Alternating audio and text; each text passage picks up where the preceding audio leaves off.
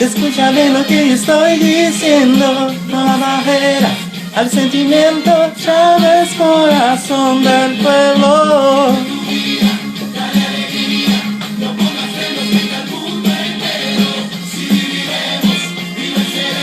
Chávez, corazón del pueblo, actívate.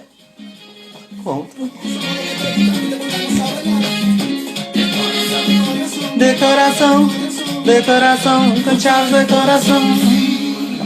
Estamos começando aqui mais perambulações aqui nesses ao vivo que a gente está começando a fazer aqui no Instagram. A gente convida para quem estiver por aí e queira entrar para fazer uma participação. E aliás, já está chegando por aqui a Ivanete Xavier, que já vai fazer a primeira participação no ao vivo de hoje, que é pré-candidata a vereadora lá em Curitiba pelo partido Rede Sustentabilidade, e ela ficou de trocar uma palavra com a gente aqui, também já saudando a Martina e o Sérgio Alexandre, que estão por aqui hoje, que é um dia com muitas datas especiais aí sobre a América Latina.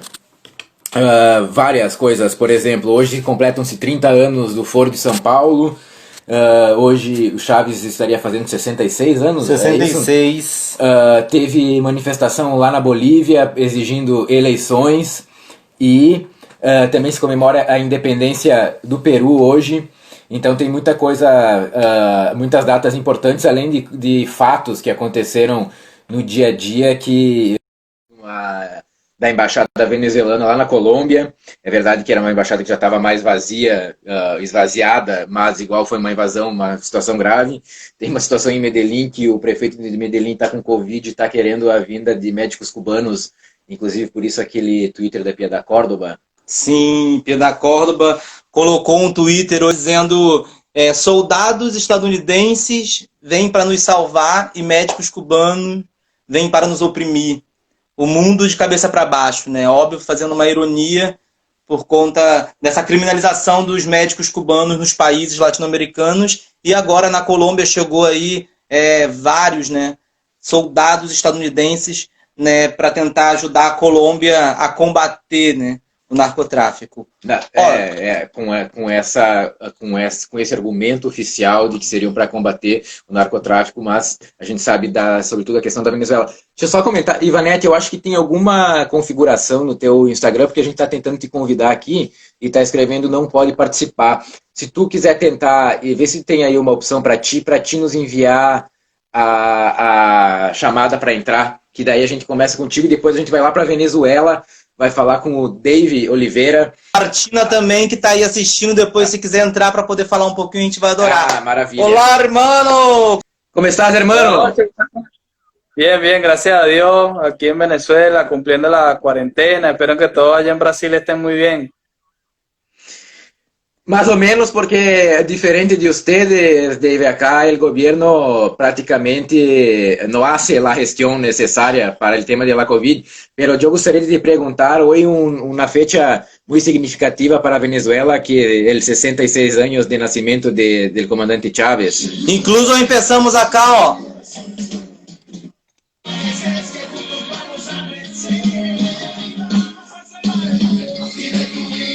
Dale, Esa fue la canción de la última campaña presidencial de nuestro comandante Hugo Rafael Chávez Frías, una campaña bastante emotiva para el pueblo venezolano. Y bueno, hoy no solamente Venezuela está de júbilo, ¿no? Celebrando el nacimiento, aquel primer llanto del grandísimo de Sabaneta, nuestro presidente Hugo Rafael Chávez Frías, nuestro comandante, y que no solamente para Venezuela, para el mundo, ¿no? Lo que significó Chávez para el mundo. Y bueno, un orgullo para mí como venezolano, como joven venezolano, bueno, celebrar y haber conocido, tener la oportunidad de poder conocer al presidente Chávez y toda esa gestión que hizo en Venezuela, en Latinoamérica. Grandes alianzas se hicieron con Brasil, cuando Lula, bastante importante ahí. Tú sabes que acá siempre estoy mirando el programa Alô Presidente, que tiene la internet, para poder aprender, porque es un programa que era preciosísimo. Y sabes que ahora, recientemente, el presidente de Brasil quise hacer una copia de Alô Presidente, pero hice un programa donde preguntaba a la gente do que para hacer una pregunta para ellos responder, pero cuando fue a hacer una investigación, los periodistas, lo teléfono, la voz no era de la persona, porque no tiene gente para hacer pregunta para ellos, inventó una persona.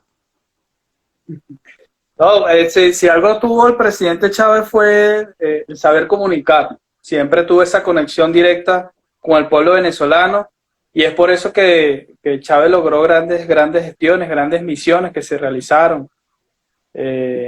Por nombrar la gran misión Vivienda que ha reivindicado al pueblo venezolano de salir de situaciones de vivienda, de habitación, que en anteriores gobiernos no le garantizaba esa estabilidad del hogar y bueno, con gran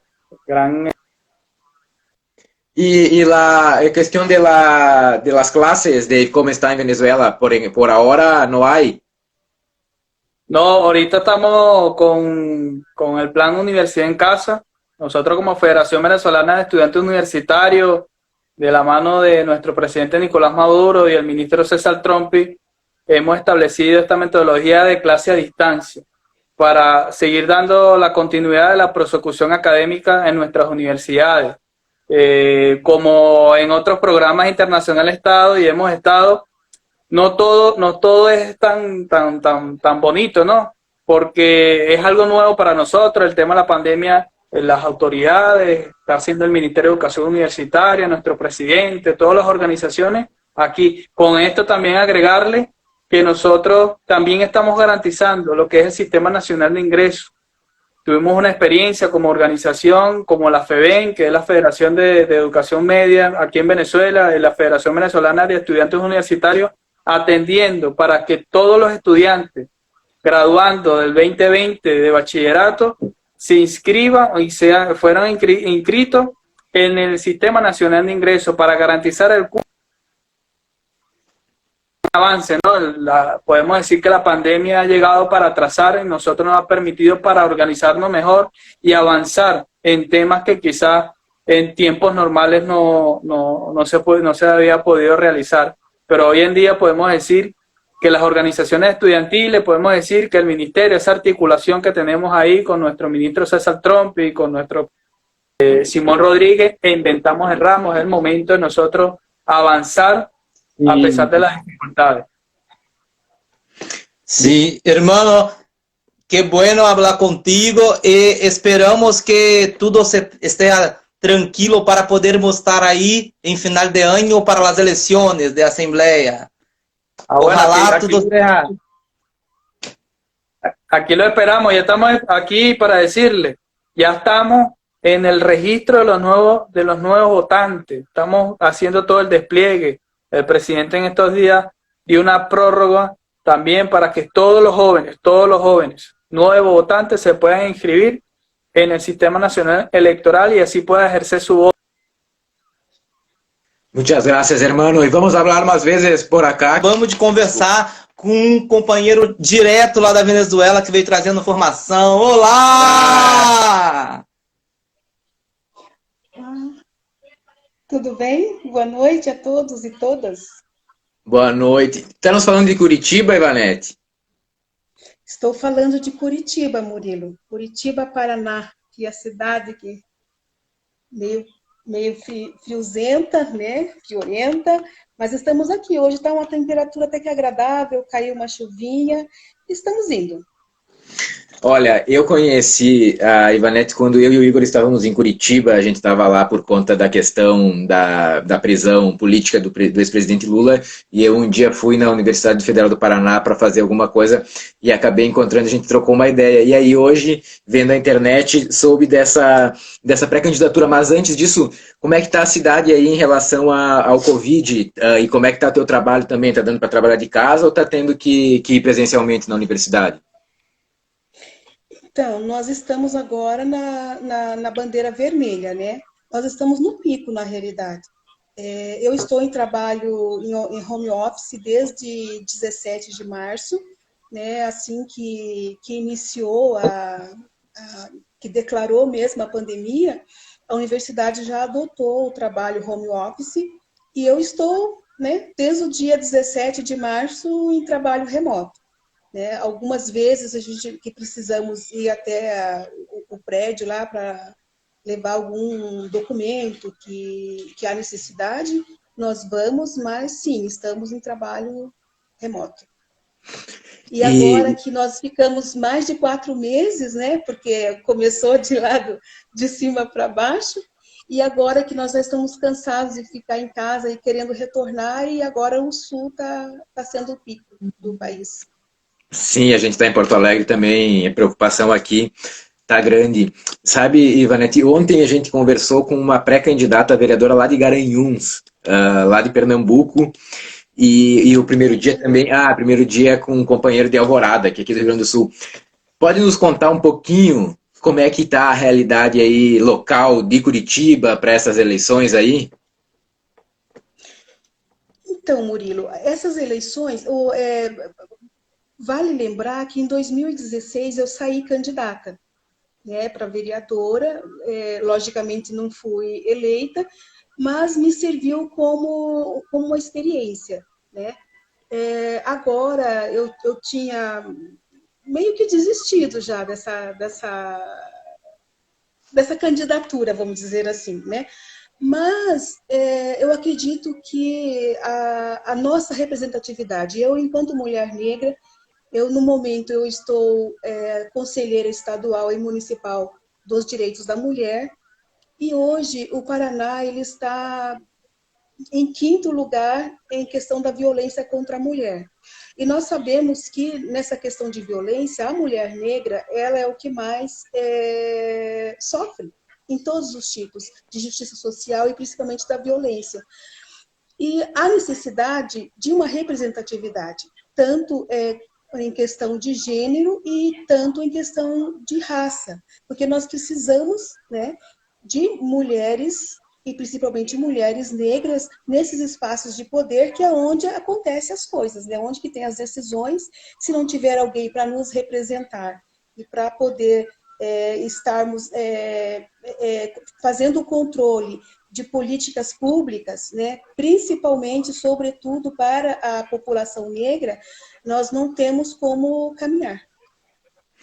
E deixa eu te perguntar uma coisa, uma das coisas que está se discutindo agora, um movimento também para que as candidaturas das mulheres e das mulheres negras tenham garantido também financiamento dentro dos partidos.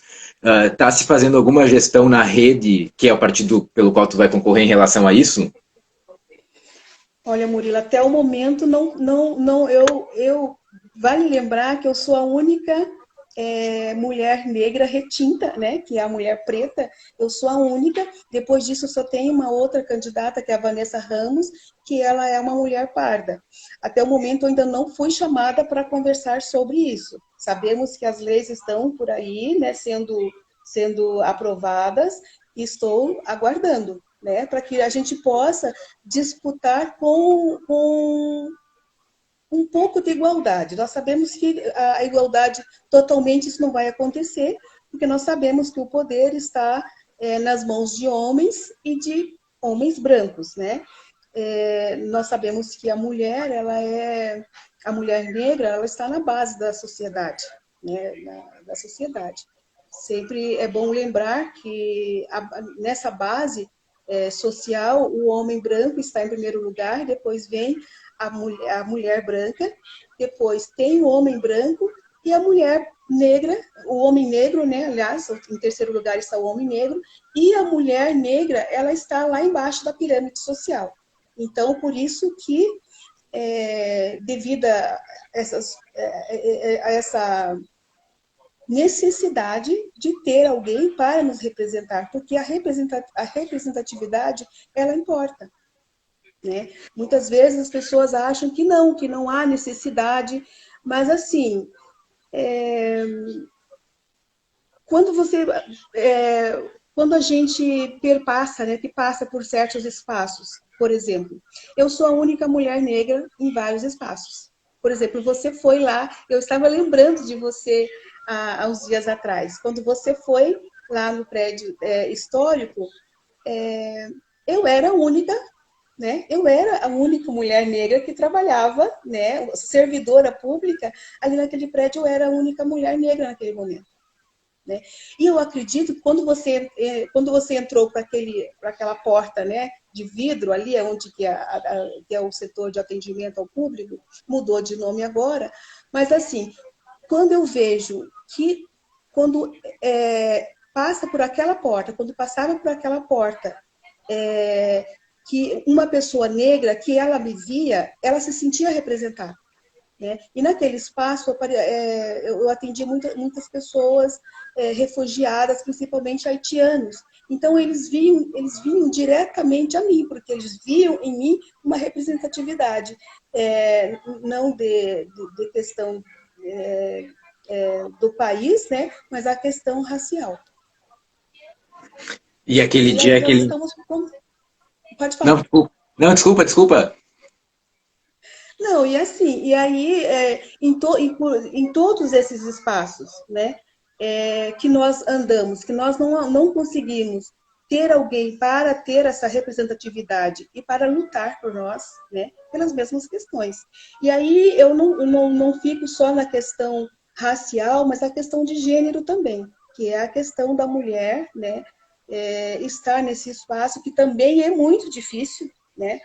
Distanciando um pouco a questão a questão racial, mas sim a questão de gênero, também há necessidade que nós sabemos que a mulher ela tem pouco espaço. E queria te perguntar, em relação ao cenário de prefeito, a rede vai ter candidato, vai ter algum bloco de esquerda ou mais progressista em Curitiba, é oposição ao Greco, ou é da base, como é que é isso?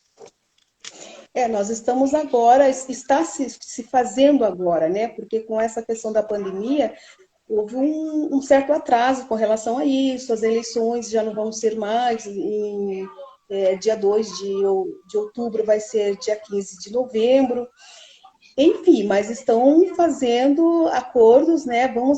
Vamos ter sim um candidato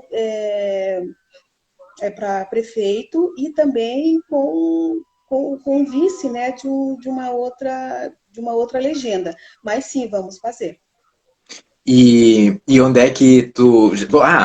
já teve experiência uma vez a candidatura, né? E essa segunda aí, o que tu tá pensando em quem vai... onde tu vai tentar buscar mais votos com galera da igreja, do trabalho, com os amigos teus, dos filhos? Como é que tá pensando essa campanha que vai ser difícil ainda, né? Com essa coisa do distanciamento. Então, Murilo, que assim, uma das...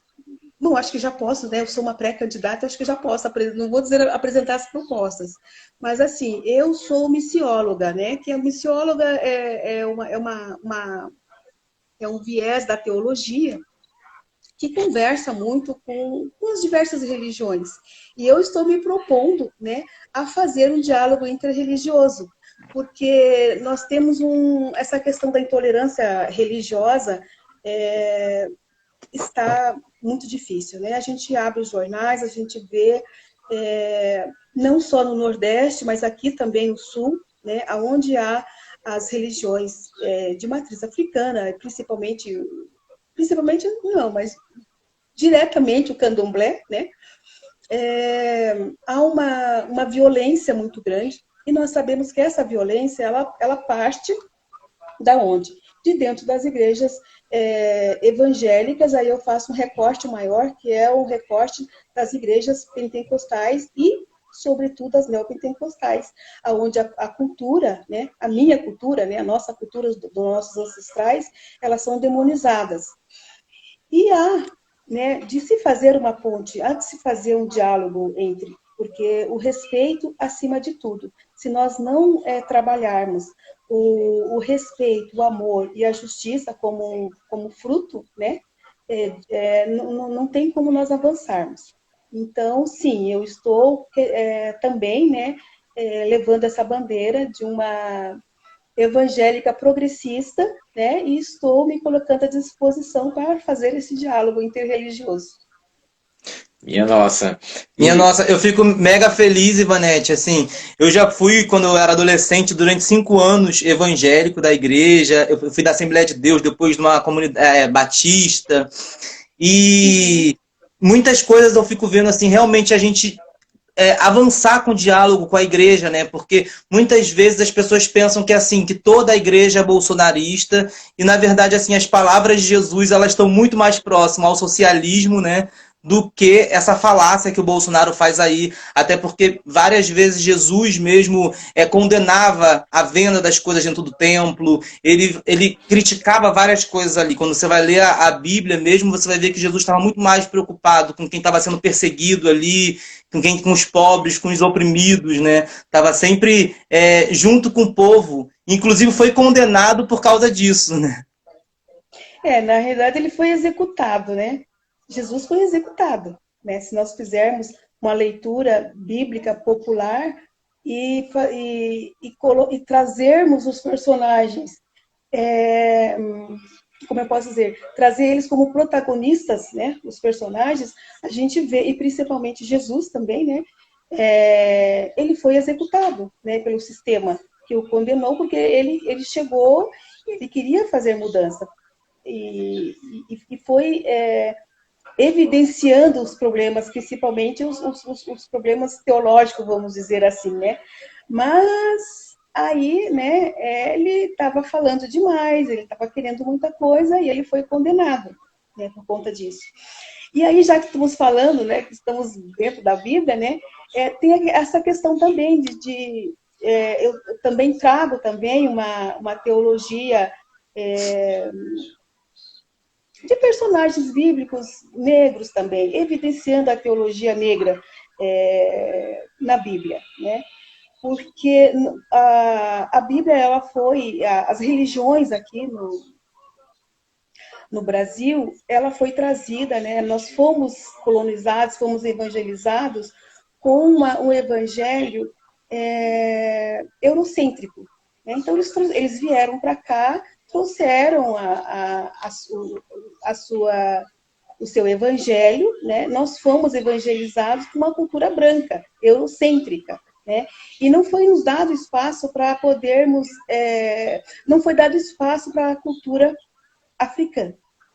Nós sabemos que a África é o berço da humanidade, né? E tem um pastor Walter Passos, que ele é da Bahia, que ele está com um desafio, né? Está desafiando os pastores a citar um personagem bíblico de Gênesis que seja branco, né?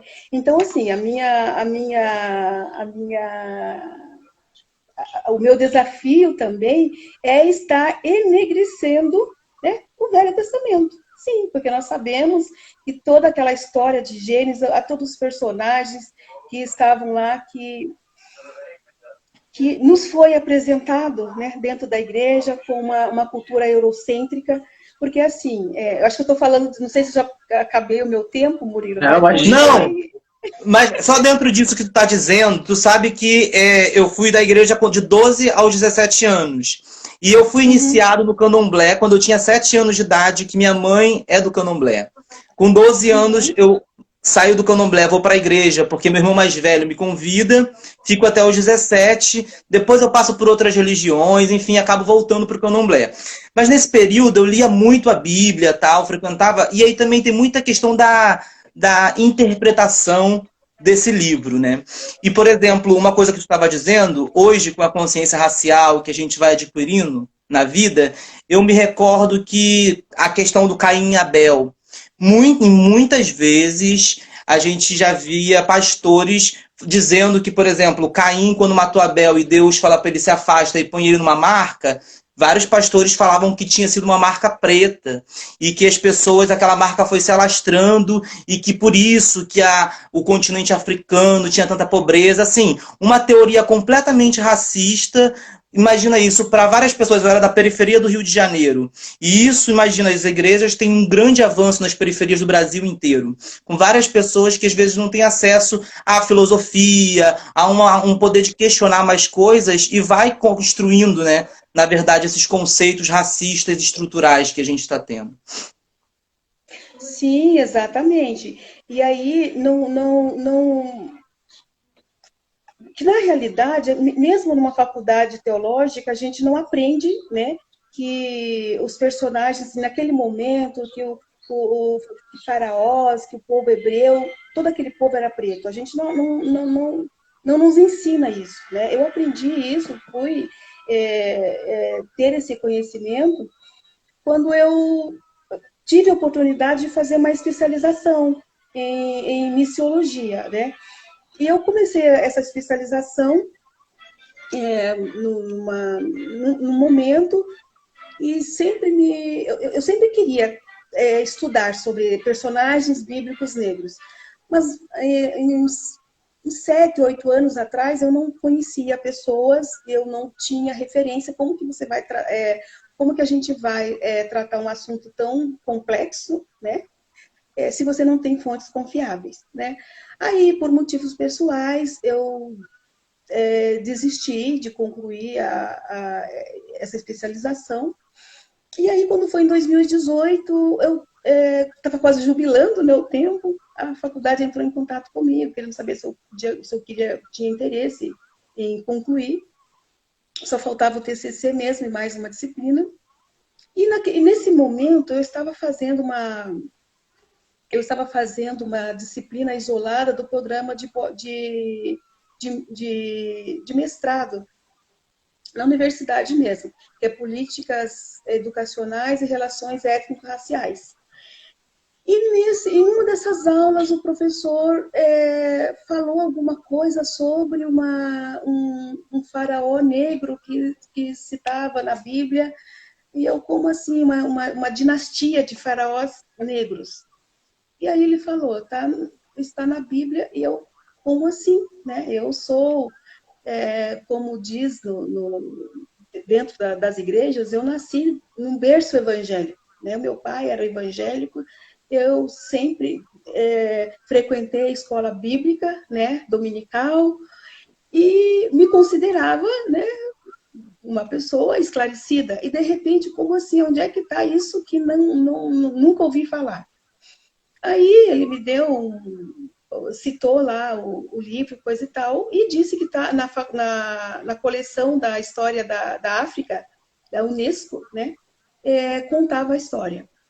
Mas, e aí, ali, o Murilo sabe, né, trabalhava ali, embaixo no subsolo, tem o NEAB, né, até hoje, e a coleção estava lá, e não tinha como retirar aquela coleção, porque por perda de vários materiais, né, do NEAB. Então ele disse, olha, como você é servidora, te conheço, coisa e tal, eu permito que você leve até o local de trabalho, né, até ali na salinha. E eu levei, né, fui lá e procurei, né, aquele assunto que me interessava tudo, a questão dos faraós. E não é que eu descobri uma dinastia faraônica que ele permaneceu no poder por quase 60 anos. Agora me diz isso, aonde que você encontra isso? Nas histórias? Alguém falou? Não, ninguém fala. E aí nós, ainda por cima, sobretudo, nós temos que ainda passar pelo racismo intelectual, né? Histórico, pelo racismo histórico, que aí a gente vê que muitas coisas que tinham foram destruídas. Essa história, por exemplo, dos faraós foi divulgado muito tempo depois, porque o próprio pesquisador, quando descobriu, não admitia, né? E ele escondeu esse fato. Isso é uma coisa muito recente, né? Essa questão dos faraós negros, mas que está lá citado. Não é contado assim, em apenas 1 ou 2 versículos, não é contada a história toda, mas para isso você tem que debruçar dentro nos livros, né, históricos, e está tudo lá. E aí, para mim, foi muito prazeroso, porque na apresentação do meu TCC, daí não tem nada a ver com política, né? Mas, assim, eu coloquei, foi um desabafo para mim, porque eu coloquei assim, que eu tinha me debruçado sobre esse assunto, porque eu cresci dentro de uma igreja evangélica, cantando que o meu coração era preto, que alvo mais que a neve serei, e que a cor do pecado é preta. Né? E ainda existia ainda nas escolas bíblicas, que tinha quando a questão da evangelização, né? Que tem um coraçãozinho que aí vai clareando o coração. Né? O coração é preto, que significa o pecado, mas aí Jesus veio com sangue, daí a cor vermelha, e por último a alma ficou branca, né? Aí a alma é branca. Então, assim, tudo que é mal, biblicamente e nas organizações religiosas, ela é definida com a cor preta. Né? E aí, quando é uma coisa boa, é a cor branca. Então, isso faz um estrago muito, muito grande na nossa história. E aí, por último, para encerrar esse bate-papo com relação a isso, tem a questão também que quando, por exemplo, quando a gente se converte, né? Existe um versículo bíblico que fala assim, que todas as coisas, nós vamos ter uma Que são lícitas, nem todas convêm. nova. Isso, e todas as coisas deixam... não, tudo fica para trás. Só que aí eu digo assim o seguinte, que nova criatura né? Só que as coisas, por exemplo, para a pessoa preta, da população preta, tudo aquilo que fica para trás é a minha história. E aí, e o novo, o que é o novo? O novo são a cultura eurocêntrica, é a cultura do homem branco.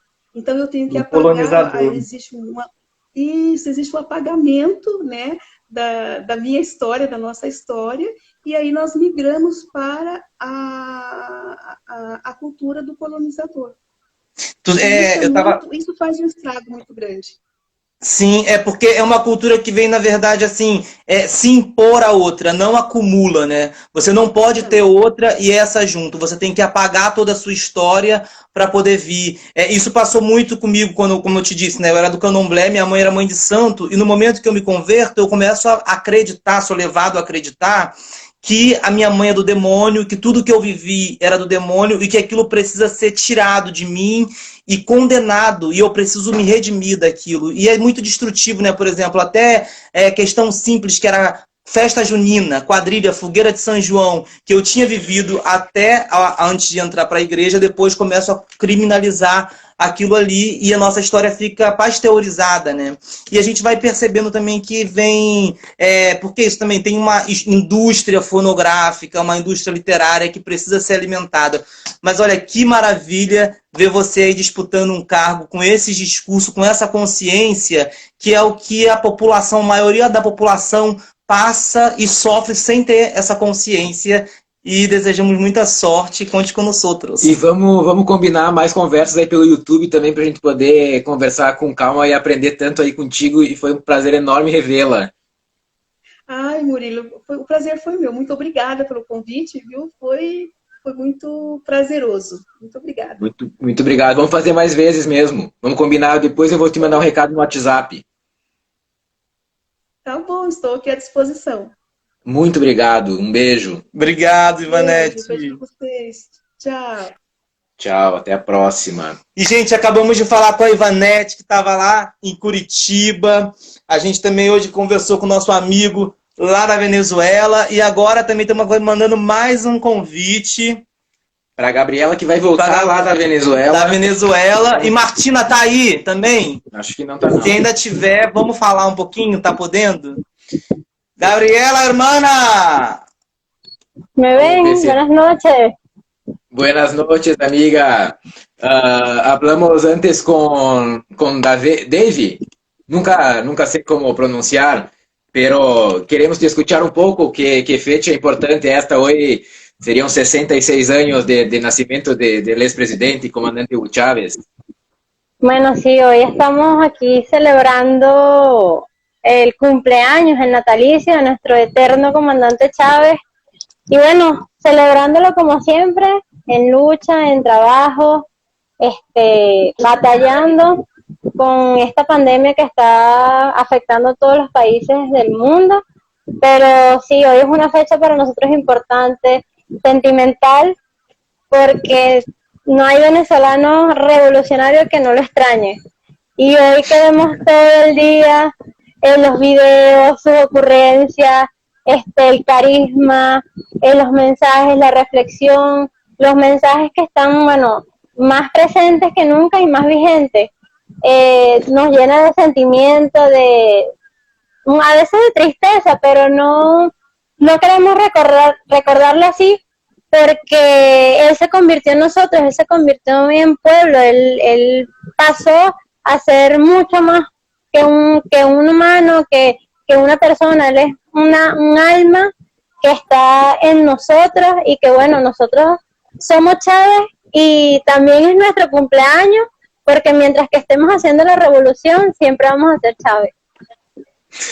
Tú sabes que ahora poco estábamos mirando la reunión de los líderes del Foro de São Paulo de 30 años, escuchamos Daniel Ortega, el presidente Maduro. Bueno, hoy tengo a Daniel aquí, a Daniela Fidelia Chávez. Ahora. De aniversario también de los 30 años del Foro de São Paulo. Sí, estaba mirando un video que presidente Maduro dice que fue la juventud que produjo acerca de Chávez, que tenía él bailando, él cantando, muy emocionante. Y amiga, para te pasar, porque acá en Instagram só tenemos una hora y ya debemos estar en final casi. Quería que usted hablase un poco de aquel trabajo que hacen acerca de los combustibles, que siempre miramos... De la fiscalización que la juventud está haciendo. Bueno, el presidente Nicolás Maduro, él, al igual que el comandante Chávez, cree en la revolución.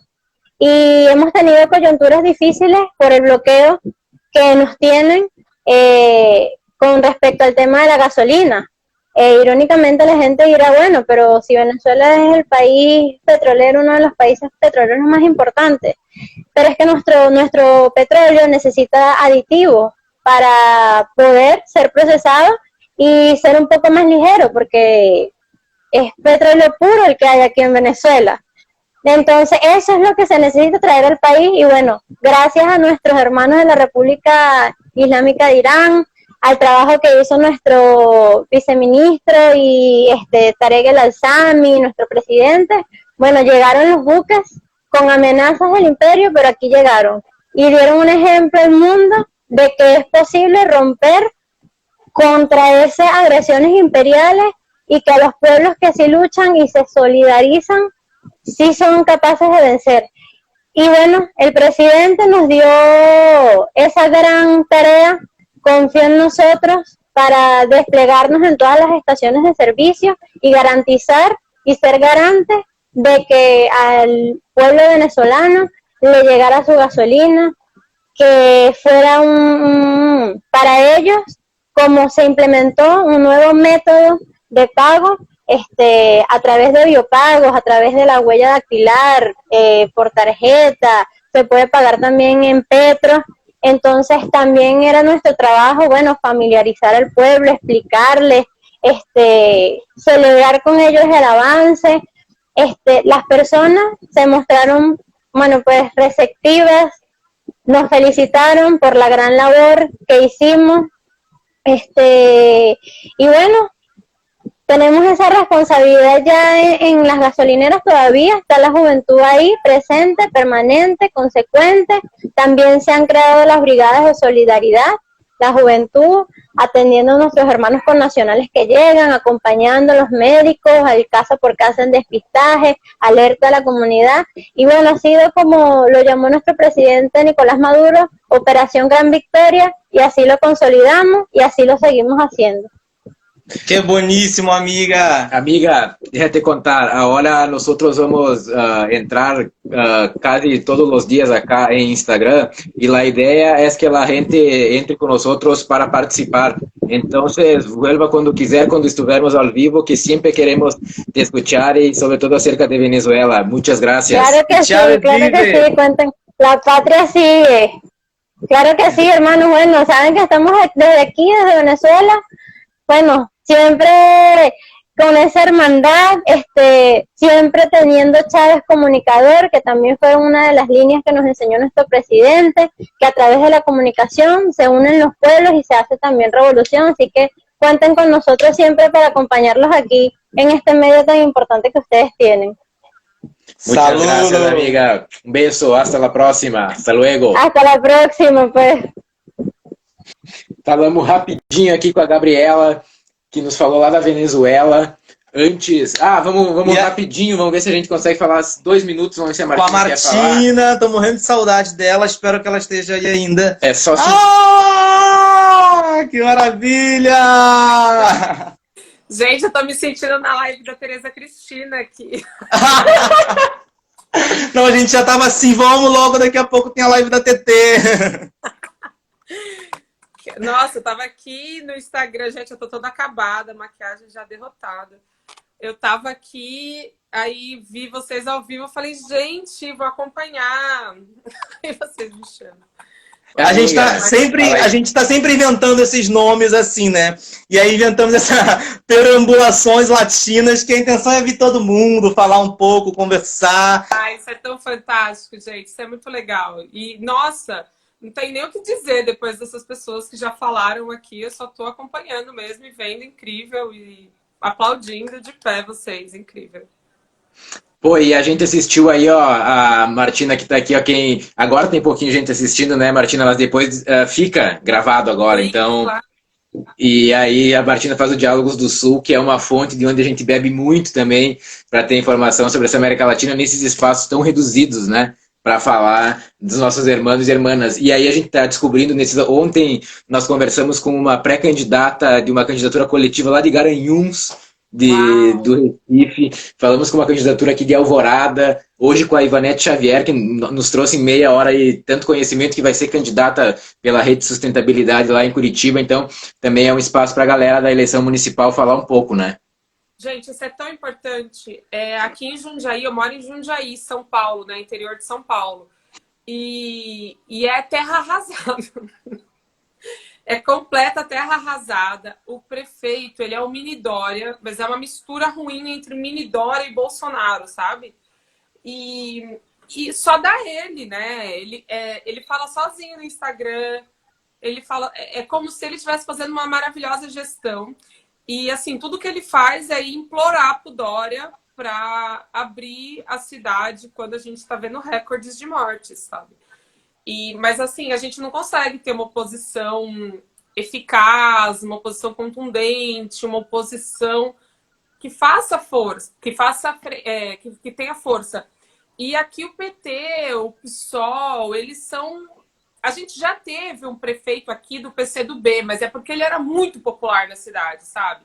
Ele era do PT, depois foi pro PCdoB, porque os partidos, eles acabam não tendo uma... Eles não são tão arraigados, né? Então, assim, é muito importante o debate das eleições municipais. A gente vai ter essas eleições no meio da pandemia e é isso, é terra arrasada, porque quem tem dinheiro vai fazer as mídias sociais, vai patrocinar coisas no Facebook, vai usar os nossos algoritmos, os dados para fazer manipulação. E quem não tem, que faria o corpo a corpo, está impedido de sair nas ruas, porque a gente tem essa pandemia, essa coisa terrível, né? Então, assim, é muito importante abrir esse espaço, sabe? Sim, amiga, inclusive você falando do algoritmo, outro dia eu estava assistindo, acho que um stories teu falando em relação a isso, né, do estudo que você estava fazendo, e que eles vão pautando realmente, porque você começa a produzir coisa pelo que as pessoas estão procurando e não visibiliza o que precisa ser dito, né? É uma loucura, gente, é uma loucura. Porque, assim, eu tô estudando informalmente, né? Não tô produzindo academicamente, mas eu tô estudando enquanto jornalista a questão dos algoritmos desde a eleição de 2018. E aí é isso, assim, o Bolsonaro com o Trump, por meio de técnicas tipo Cambridge Analytica, assim, eles usaram todos os nossos dados para nos manipular, né? E isso continua sendo realizado. E aí, por exemplo, vocês que estão batalhando o YouTube, que estão batalhando uma vida aqui na internet, produzindo conteúdo super relevante fazendo, sabe, um super esforço, dando visibilidade para uma série de pessoas que não têm espaço, falando de temáticas super relevantes, né? Não é que vocês estão falando de temáticas pouco importantes, são temáticas ultra relevantes.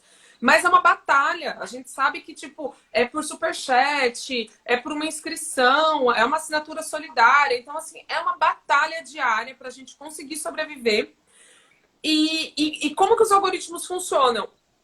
O que as pessoas estão buscando. E as pessoas, elas não estão buscando, tipo, golpe na Bolívia, no Brasil. Elas estão buscando, tipo, sei lá, como fazer uma maquiagem de sucesso, delineado perfeito, quem é fulano de tal... Michele Bolsonaro silicone, sei lá, estão buscando as coisas mais alucinantes, né? E eles favorecem essas buscas. E foi assim, dessa maneira, com base nesses algoritmos, que a extrema-direita cresceu tanto no YouTube, né? Por quê? Porque você tá lá vendo, assim, descompromissadamente um vídeo de direita. Tô vendo aqui um vídeo aleatório sobre um tema que me interessa. Quando esse vídeo termina, o YouTube já te fornece outro com a mesma temática. Então você entra no looping, você acaba tendo uma lavagem cerebral sendo convencido. Então tem também um texto que a gente publicou já tem um tempo na Diálogos do Sul que falava justamente isso, como o YouTube favoreceu essas candidaturas de extrema-direita e um ethos de extrema-direita na sociedade brasileira. Não só, né, mas também na sociedade brasileira.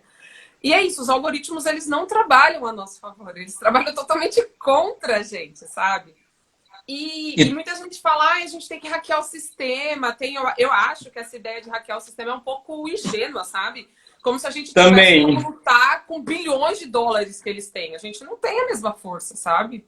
E sabe que lá na Nicarágua, o Ortega e a Chay e o Murilo não têm Facebook, eles não usam rede social.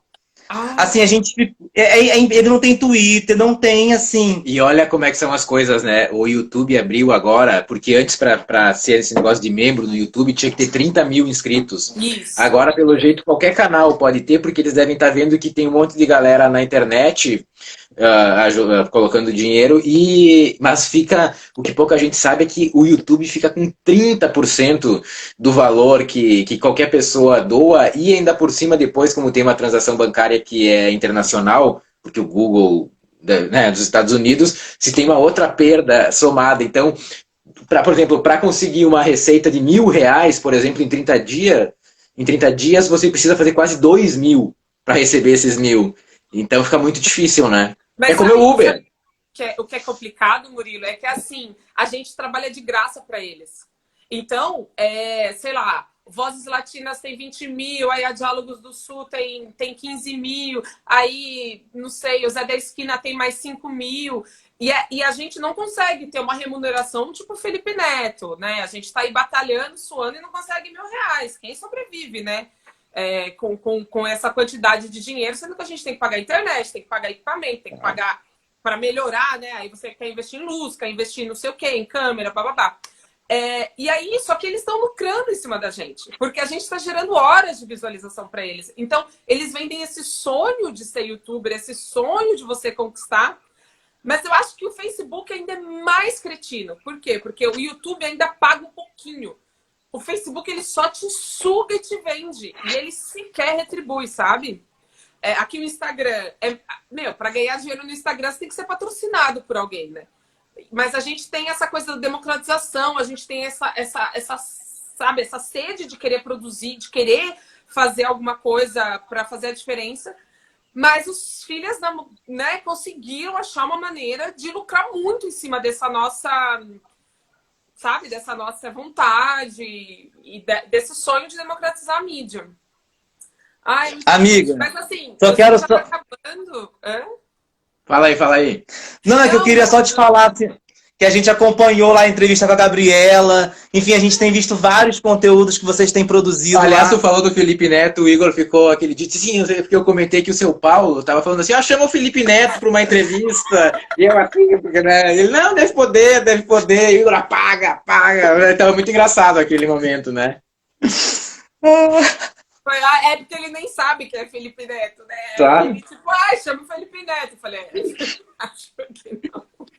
Amiga, olha só, a gente vai estar fazendo isso quase Não, a gente não tem muita, como é que diz, disciplina, mas a gente pretende fazer logo, pretende fazer várias vezes e quando tu tiver por aí de bobeira e quiser entrar, entra. Não é disciplina, eu acho que assim, na verdade a gente questiona sempre qualquer coisa, entendeu? Se a gente vai entrar ao vivo, a gente fica, não, a gente evita entrar ao vivo só pra gente falar, porque a gente quer sempre trazer outras pessoas, né? Vozes latinas, não vozes do Igor do Murilo. Então... Eu só queria dar uma palavrinha, não sei, já deve estar acabando aqui o tempo, né? Tem só 1 hora. Mas eu acho que a gente ainda tem mais 10 minutos. Quanto? 10, eu acho. Acho que 5. Ah, então tá bem. Não, eu só queria falar rapidinho. É aniversário do comandante eterno Hugo Chávez. E tem um preconceito terrível aqui no Brasil com relação à Venezuela e tudo que tem a ver com isso, né? E a Revolução Bolivariana. E eu acho que a esquerda perde demais no Brasil com esse preconceito, que é um preconceito completamente babaca, completamente ignorante mesmo. Porque o Hugo Chávez, ele foi uma pessoa um intelectual extremamente capaz. Ele gerou uma teoria latino-americana verdadeira, com pensamento latino-americano próprio. A condução da Venezuela sempre foi muito difícil. A Venezuela é pioneira aí na libertação da América Latina com Simão Bolívar. Simão Bolívar, que naquele momento, né, era Gran Colômbia, não tinha ainda a Venezuela, mas ele surge daquele território Venezuela. A Venezuela sempre foi fiel a Simão Bolívar. A Venezuela tem um pensamento assim muito próprio, mas é um país muito difícil de ser gerenciado, por conta de fatores históricos, políticos muito complicados, que, enfim, não compete a mim falar agora, mas o Hugo Chávez, ele tinha essa visão, que era uma visão assim transcendente, de que a união era necessária para superar, não vou chamar de subdesenvolvimento, mas para superar a miséria que os nossos povos vivem. Somente a União Latino-Americana seria capaz, e é capaz, de nos tirar desse lugar em que os pobres são miseráveis, não têm o que comer, e os bilionários estão ficando cada dia mais bilionários, né? A gente vê a pandemia, as pessoas perdendo emprego, e os bilionários lucrando. E o Hugo Chávez, ele tinha essa visão, ele tinha proposta, ele tinha uma gestão. Só que a esquerda brasileira, ela prefere taxar como ditador, ou sei lá que bobagem, quando a Venezuela tem recorde de eleição, a Venezuela tem recorde de participação. Na Venezuela, procurem saber, gente, o que foram as comunas, o que são as comunas. Um estado que se propõe a acabar com o Estado. É uma loucura. Tipo, a gente vai criar as comunas e quando as comunas estiverem funcionando, o Estado não vai mais funcionar, tipo, porque o povo vai se autogerenciar. Isso é uma loucura, você distribuir revolucionário, distribuir comida, sabe? Essa é a proposta do Hugo Chávez. A proposta do Hugo Chávez é o socialismo real, o socialismo do século XXI, o socialismo, inclusive, cristão, porque o nosso povo latino-americano, e eu vi a fala da Elisete, né? Ivonete. Isso, que falou muito emocionada a respeito da religiosidade negra. E o chavismo, ele respeita essa religiosidade negra, esse cristianismo, né? Então, esse Cristo, esse Jesus, que era, como vocês bem falaram, socialista. Então, ele falava que era uma revolução cristã, uma revolução do povo. Então, assim, o Hugo Chávez, ele vive, ele tem que viver, e a gente tem que, a cada dia que a gente puder, em cada espaço que a gente tiver, reivindicar a figura de Hugo Chávez. Eu reivindico e eu vou morrer reivindicando a figura de Hugo Chávez. O que eu vi na Venezuela e o que eu continuo vendo na Venezuela é algo realmente transcendente. É um povo que está lutando para ter soberania e para não ver os Estados Unidos impondo uma derrota, impondo a miséria àquele povo. Eles estão passando necessidade, dificuldade, estão num momento difícil da história, mas eles estão buscando um caminho próprio, que não está sendo imposto como está sendo no Brasil, imposto de cima por uma potência decadente que é os Estados Unidos, com o prefeito, ó, ato falho, com o presidente lixo que a gente tem, que não consegue gerenciar nem a casa dele, imagino quem dirá um país. Me estendi. Amiga, hoje mesmo, na reunião lá dos 30 anos do Fórum de São Paulo, o Maduro estava falando, gente, os países da região que mais estão conseguindo obter sucesso é Venezuela, Nicarágua e Cuba. São os países socialistas. O que Bolsonaro está fazendo para melhorar a vida do povo? O que Bolsonaro está fazendo para poder melhorar o coronavírus no Brasil? Nada. E aí começa a falar que é saúde pública para todo mundo, é saúde popular, e é isso que o Império não aguenta, né? O Império não admite... Peraí. Ai...